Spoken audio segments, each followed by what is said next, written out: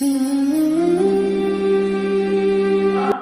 اس طرح کی تعلیمات نبی علیہ السلام کے اولین صحابہ نے سیکھا،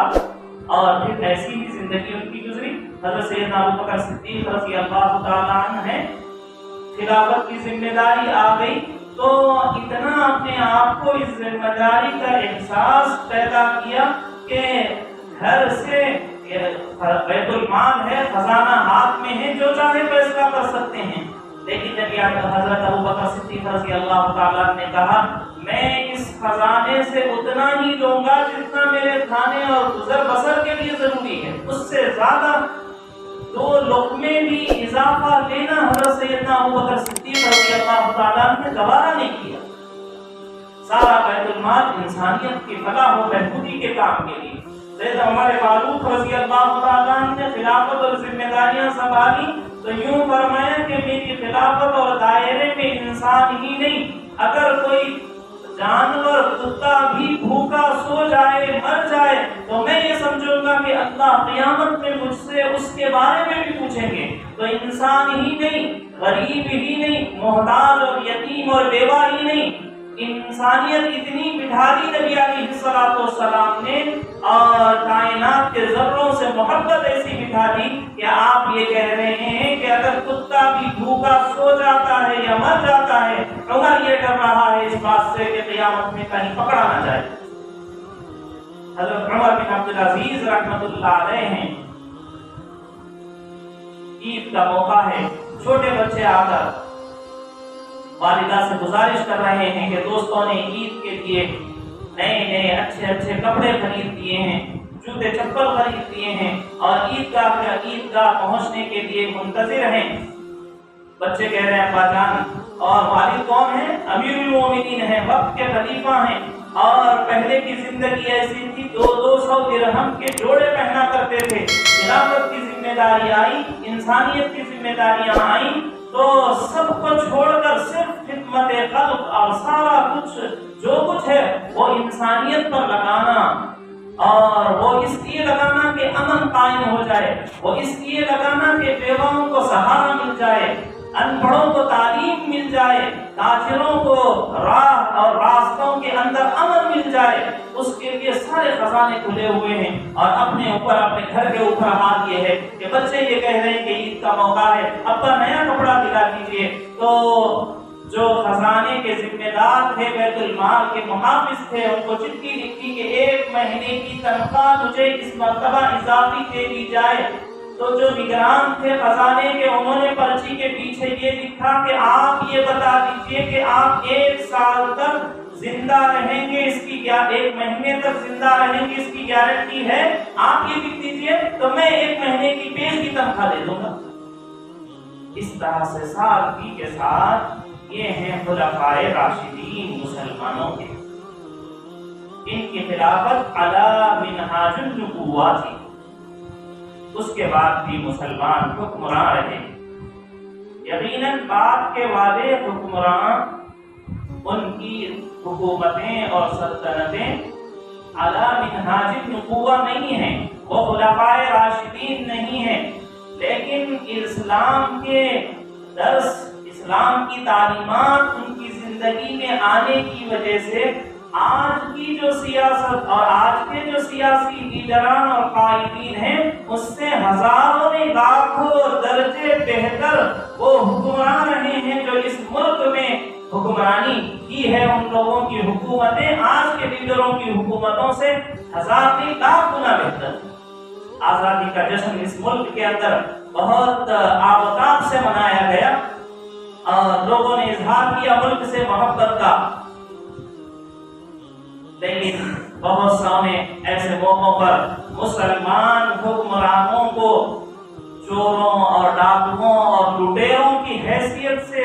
اور اس تصور کے ساتھ ان کو پیش کیا کہ اس ملک کے اندر مسلمان آئے تھے تو ایک ڈاکو کی شکل میں، لٹیروں کی شکل میں، غیر ملکی آ کر جیسے انگریز یہاں حکومت کیے ہیں ایسے ہی مسلمانوں کا تصور پیش کیا جا رہا، اور یہ پہلی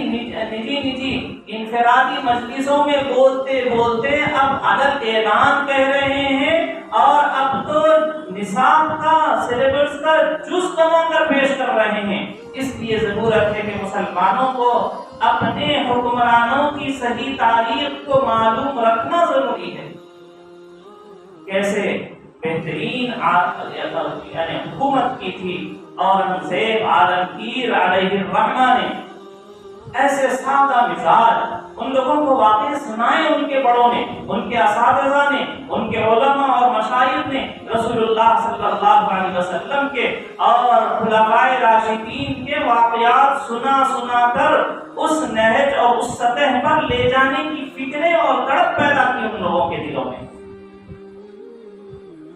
اورنگزیب عالمگیر رحمۃ اللہ علیہ کے سلسلے میں بہت انگلیاں اٹھاتے ہیں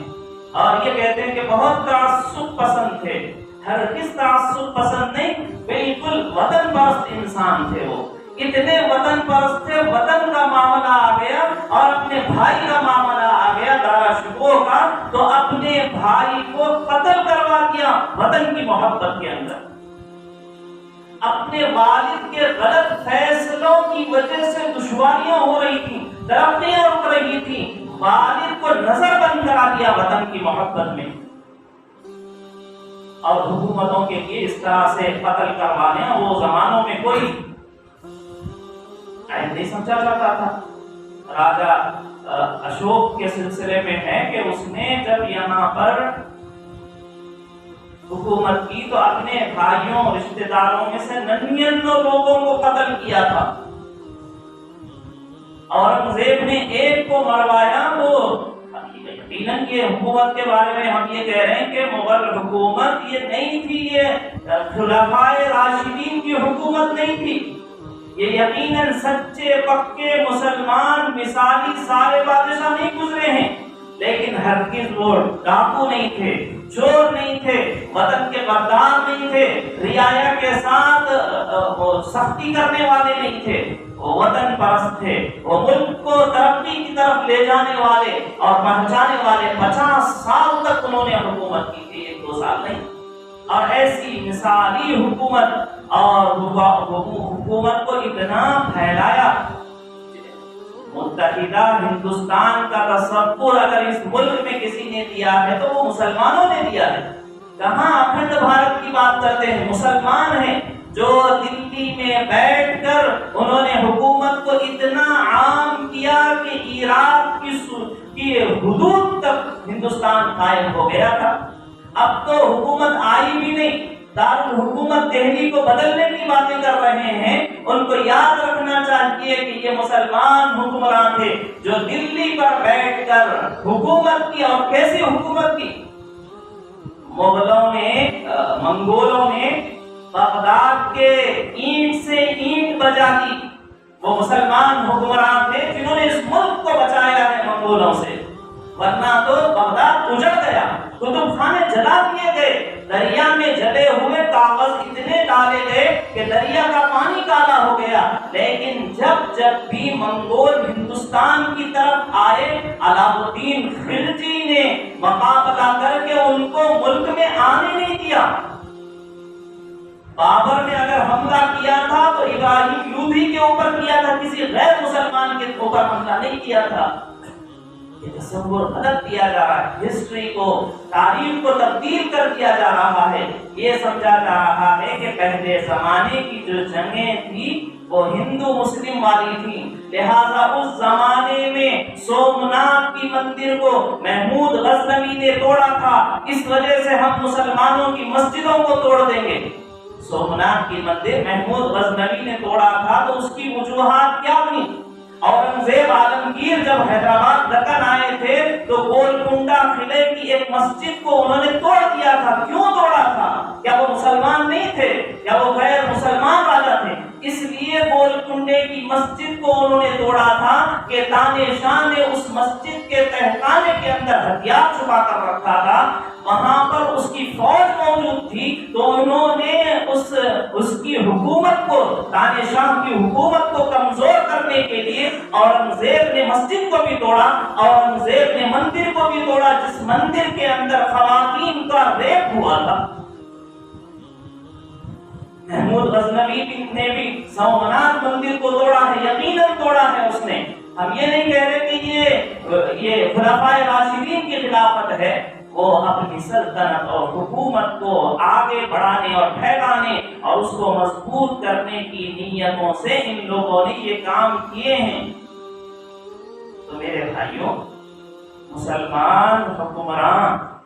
بنیادی طور پر اس تصور کے ساتھ حکومت کیے ہیں کہ ہم روئے زمین پر اللہ کے خلیفہ ہیں اور ہماری ذمہ داری یہ ہے کہ تمام خلقت کو ایک سمجھیں، سب کے ساتھ محبت اور رحم کا معاملہ کریں۔ مسلمان حکمران رہے تب ہی ہندوستان سونے کی چڑیا بنا تھا۔ اتنا یعنی اکنامکلی معاشی طور پر مسلمانوں نے ہندوستان کو اتنا مضبوط کر دیا تھا۔ اورنگزیب عالمگیر رحمت اللہ علیہ کے زمانے میں پوری دنیا کی آدھی ویلتھ جو تھا اس زمانے کا، آدھا پیسہ ہندوستان میں رہتا تھا، آدھی دولت پوری دنیا میں جتنی دولت تھی اس کی آدھی دولت ہمارے ہندوستان کے اندر تھی۔ یہاں سے آج جو آپ یورپ اور امریکہ کے اندر ترقیاں دیکھ رہے ہیں وہ سب یہاں کے مسلمانوں کی چرا کر لے گئی ہوئی چیزوں کے ذریعے سے ان کو ترقی ملی ہے۔ مسلمان حکمران یہاں آئے تو اس کو اپنا وطن سمجھ کر، مسلمان حکمران یہاں آئے یہاں تو بہت سی جگہوں پر تو ان کو بلایا گیا، یہاں کے ذات پات کی وجہ سے یہاں کے مسلمان، یہاں کے دلت اور چھوٹی ذات والوں کے اوپر ظلم ہو رہا۔